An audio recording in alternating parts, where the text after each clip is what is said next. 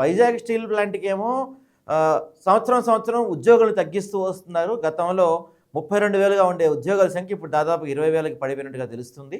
దాంతోపాటు వాళ్ళకి iron ore కానీ, సొంత గనుల కేటాయింపు కానీ అట్లాంటివి అక్కడ ఏమీ ఇవ్వకుండా, వేరే మిట్టల్ సంస్థకి మాత్రం, ఈ తీసుకొచ్చిన మిట్టల్ నిపాన్ సంస్థకి మాత్రం 15 సంవత్సరాలు జీఎస్టీ మినహాయింపు ఇస్తారట. వాళ్ళకి ఐరన్ ఓర్ గనుల కేటాయింపు జరిగింది. వాళ్ళకి అనేక రకమైన ఇవన్నీ ఇచ్చేస్తున్నారు. దీనివల్ల పక్కనే ఉన్న స్టీల్ ప్లాంట్ నిర్వీర్యం అయిపోయే అవకాశం ఎంతవరకు ఉండొచ్చు? జగన్, బేసిక్గా విశాఖ స్టీల్ ప్లాంట్ అన్నది విశాఖ స్వరూపాన్ని మార్చేసినటువంటి గొప్ప వ్యవస్థ.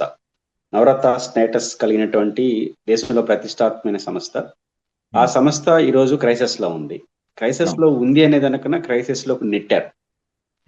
విశాఖ స్వరూపాన్ని మార్చేసినటువంటి వ్యవస్థకు సంబంధించి ఆ క్రైసిస్ నుంచి బయటపడడానికి ప్రభుత్వానికి ఉన్న మార్గాలు ఏంటి ఒకసారి ఆలోచించేయాలి. ప్రభుత్వం యొక్క ప్రాధాన్యతలు చూడాలి. రెండు, ఇప్పుడు మెటల్కి సంబంధించినటువంటి స్టీల్ ప్లాంట్ ఒకటి విశాఖపట్నం శంకుస్థాపన చేశారు.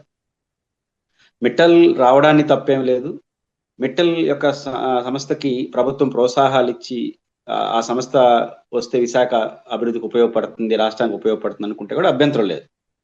కానీ ఇక్కడ అభ్యంతరం ఏమిటంటే, ప్రభుత్వాన్ని ఇక్కడ ఖచ్చితంగా నిందించాల్సిన అంశం ఏంటంటే, విశాఖ స్టీల్ ప్లాంట్ విషయంలో కోయిన్సిడ్ అవుతుంది. మెటల్ సంబంధించి ఒక ప్రచారం చేశారు.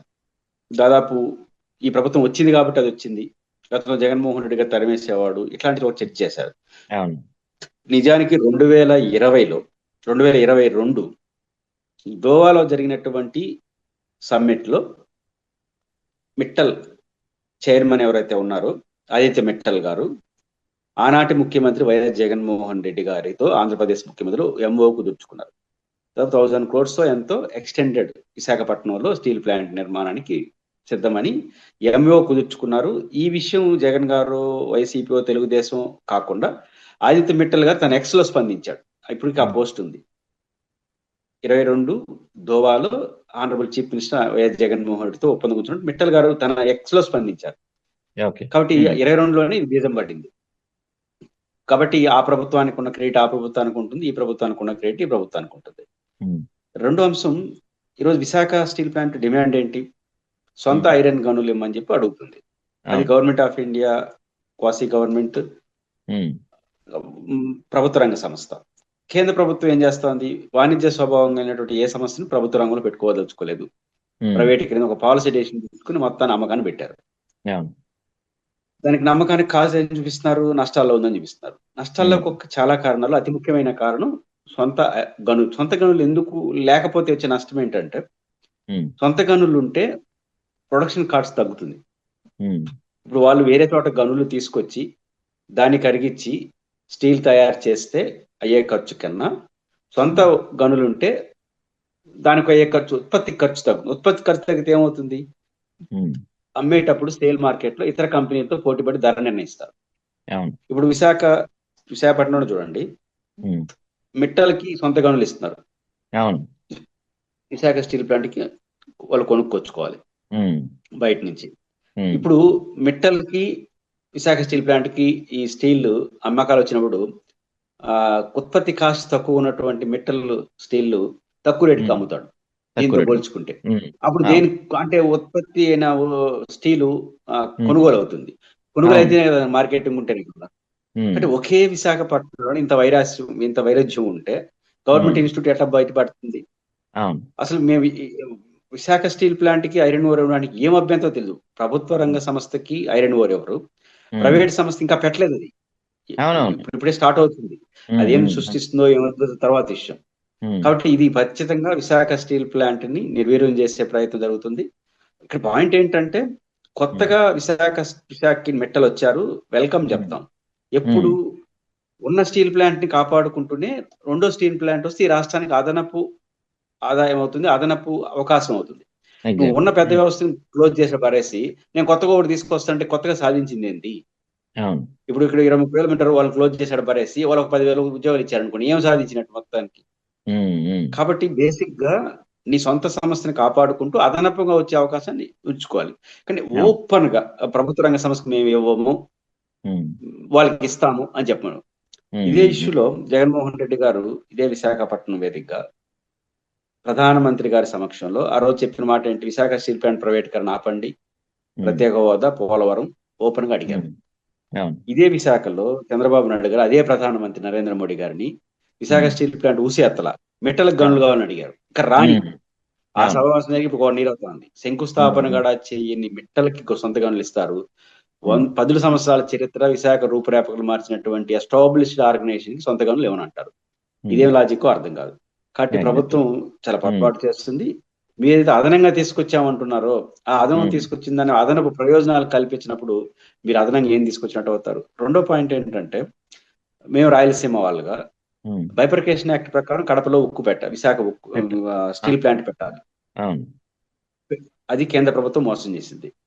మీరు 2019లో బీజేపీతో బయట వచ్చేటప్పుడు పాత గవర్నమెంట్ 2014-19లో విశాఖ కడప కేంద్రంగా సీఎం రమేష్ గారు ఆమరణ దీక్ష చేశారు. ఇప్పుడు ఆయన బీజేపీలో ఉన్నాడు, అప్పుడు తెలుగుదేశంలో ఉన్నాడు. ఆ రోజు బైఫర్కేషన్ యాక్ట్ ప్రకారం మాకు ఇస్తారా లేకపోతే మమ్మల్ని పెట్టుకోమంటారా అని శంకుస్థాపన కూడా చేసేసారు. కడపలో శంకుస్థాపన జరిగింది బ్రాహ్మణి స్టీల్స్ దగ్గర. మరి ఈ రోజు మెట్టల్ విశాఖ స్టీల్ ప్లాంట్ ఉంది, దాన్ని కాపాడండి, దానికి వైరన్ చేయండి, ఆ ప్రాంత అభివృద్ధికి ఉపయోగపడండి.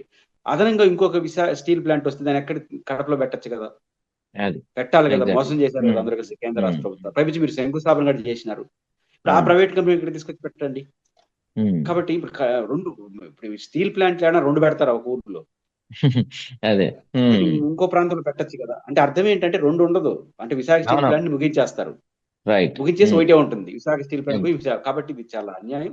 కాబట్టి ప్రభుత్వం విశాఖ స్టీల్ ప్లాంట్ కాపాడుకుంటూ మిట్టల్ లాంటి సమస్య వచ్చినప్పుడు కడపలో పెడితే అన్ని ప్రాంతాలు సమగ్రంగా ఏదైనప్పటికీ కూడా మిట్టల్ వెల్కమ్ చెప్తున్నాం, వాళ్ళకి రాయితీలు ఇవ్వడానికి స్వాగతిస్తాం. సమస్యల్లో అదే పని అంతకన్నా ముఖ్యమైన విశాఖ స్టీల్ ప్లాంట్ ఇస్తూ దానికి కూడా ఇవ్వండి. 2 పరిశ్రమలు వస్తే రాష్ట్రం ఉపయోగపడుతుంది. ప్రభుత్వం చేయకపోతే విశాఖ స్టీల్ ప్లాంట్ ని త్వరలో ముగించే ఆలోచనలో ఉన్నట్టుగా అర్థం చేసుకోవచ్చు. అయితే సార్ దీంతో పాటుగా అంటే ఈ ఓపెనింగ్కి, ఈ స్టీల్ ప్లాంట్ ఓపెనింగ్కి పెద్ద ఎత్తున ప్రభుత్వం తరలి వచ్చింది, పెద్ద ఎత్తున దీనికి ప్రచారం కల్పించారు. వేరే ఇటు చూసుకుంటే మనం అదే వైజాగ్లో సౌత్ ఏషియాలో బిగ్గెస్ట్ దాదాపు సబ్జెక్టివ్ కరెక్షన్ 17 ఎకరాల్లో ఎన్ఆర్బిట్ మొదలుకట్టారు, రహేజ్ ఎన్ఆర్బిట్ మొదలుకట్టారు. సో ఇక అది మరి అసలు అటువైపు ఎందుకు తొంగి చూడలేదు ప్రభుత్వం? కనీసం దాని ఓపెనింగ్కి వెళ్ళింది కానీ దాని గురించి ఎక్కడ మాట్లాడింది కూడా లేదు. అదే లూలు మాల్, అంటే లూలు మాల్కి ఇంకా స్థలాలు ఫ్రీగా ఇచ్చారు. లూలు మాల్ విషయంలో భారీ ఎత్తున ప్రచారం చేసిన ఈ ప్రభుత్వం ఎందుకు ఎన్ఆర్బిట్ మాల్ గురించి అసలు పట్టించుకోవట్లేదు? ఆ మాల్ విశాఖకి కొత్త శోభ తీసుకొస్తుంది. జగన్ గారు ప్రభుత్వం అది శంకుస్థాపన జరిగింది, ఆయన ప్రోత్సహించాడు. ప్రభుత్వానికి వచ్చిన పెద్ద నష్టం కూడా లేదు. ప్రభుత్వం భారీ ఎత్తున ప్రోత్సహించేసి ధారాదత్తం చేసి భూములు ఇట్లాంటి కూడా ఏం చేయలేదు. మినిమం వారికి కావాల్సిన ఎంకరేజ్మెంట్ ఇచ్చారు. జగన్ గారే శంకుస్థాపన చేశాడు అనుకుంటాను. ఆ మాల్ ఈ రోజు విశాఖపట్నం యొక్క గ్లామర్ ని పెంచింది. విశాఖపట్నానికి మాల్ వల్ల ఒక సిటీ మార్పులు ఏమో రాదు, కానీ విశాఖ కావచ్చు, హైదరాబాద్ కావచ్చు, ఉత్తర తిరుపతి లాంటి ప్రాంతాలు ఒక మిడిల్ క్లాస్ బాగా పెరుగుతుంటుంది. వీళ్ళకి మాల్ కల్చర్ ఉంటుంది. కాబట్టి ఈ మాల్ ఉంటే విశాఖపట్నం నుంచి హైదరాబాద్కో, తిరుపతి నుంచి చెన్నైకి పోకుండా ఇక్కడే ఉంటే ఇక్కడే మన ఫైనాన్స్ వెచ్చిస్తూ ఉంటాం, అది మంచి జరుగుతుంది. అంటే ఒక కొత్త సిటీకి, అంటే నూతన సిటీలు కొంచెం పెద్ద సిటీలుగా ఉండే వాళ్ళకి మాల్ కల్చర్ కూడా చాలా కీలకంగా ఉంటుంది. ఆ మాల్ ఉంటే కొత్త అందాలు వస్తాయి. ఖచ్చితంగా ఆ విశాఖ యొక్క గ్లామర్ పెంచుతుంది. కాబట్టి అట్లాంటి దాన్ని జగన్మోహన్ రెడ్డి గారు ఎలాంటి ప్రచారం లేకుండా, అడావుడి చేయకుండా శంకుస్థాపన చేశారు. ఈరోజు ప్రారంభోత్సవానికి ప్రారంభించారు. ఈ ప్రారంభోత్సవానికి ఎందుకు అధికార పార్టీ వాళ్ళు పెద్దగా ఇష్టం చూపల. ఆ మాల్ అంటే ఇష్టం లేకుండా కాదు, ఆ మాల్ మొత్తం రెండు చర్చలు లేవనెత్తుంది. ఒకటి, ఇప్పుడు ఉదాహరణకు మిట్టలు జగన్ పంపించేసాడు, మేము తీసుకొచ్చేదో మాట్లాడారు. ఇప్పుడు ఎక్స్ లో కొట్టినామంటే 2022లోనే ఆయనే చెప్పాడు మిట్టలు జగన్ గారితో ఒప్పందం చేసుకున్నామని. కాబట్టి అది కొంచెం అంత ఉపయోగపడలా. ఇప్పుడు ఇది అనుకోండి, డైరెక్ట్ శంకుస్థాపన చేసిన ఫోటోలు ఉన్నాయి కదా, జగన్ గారు శంకుస్థాపన చేసిన ఇవన్నీ ఉన్నాయి కాబట్టి మళ్ళీ దాని ఎందుకు లోడడం అనుకున్నారేమో, అదొకటి. రెండోది అతి కీలకమైంది, దాని దగ్గరకు పోతే లూలు మాల్ వ్యవహారాలను బయటకు వస్తాయి, పోల్చుకుంటారు. బయటకు వచ్చేది లూలుకి సంబంధించి వాళ్ళు ఓపెన్ ఏం బయట వాళ్ళు ఏం రహస్యంగా ఏం చేయలేదు ప్రభుత్వం, వాళ్ళ పాలసీ వాళ్ళు చెప్పారు. కానీ ఏదో పోల్చుకుంటారు కదా, లూలు మాల్ కూడా ఇట్లాంటిదే. ఈ మాల్లు 2-3 ఏళ్లలో 17 ఎకరాల్లో పెద్ద ప్రభుత్వం ఏదో మొత్తం సాగిల పడిచ్చకుండా బ్రహ్మాండంగా వచ్చేసింది.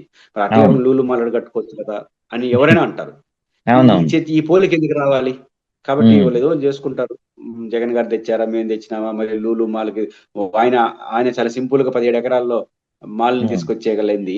మనం ఇంత దారాదత్తం ఇప్పుడు చేయాల్సిన అవసరం ఉందా అనే చర్చలు కూడా తావిస్తుంది. కాబట్టి పోలిక వస్తుందేమో, జగన్ గారు మాల్ ఎట్ట తెచ్చాడు, మనం ఎట్ట మాల్ తెచ్చామని పోలిక కూడా వస్తుందని బహుశా ఎందుకులే పంచాయతీ అని చెప్పి పెద్దగా పోయిన దాన్ని ప్రాధాన్యత ఇచ్చినట్టుగా లేరు.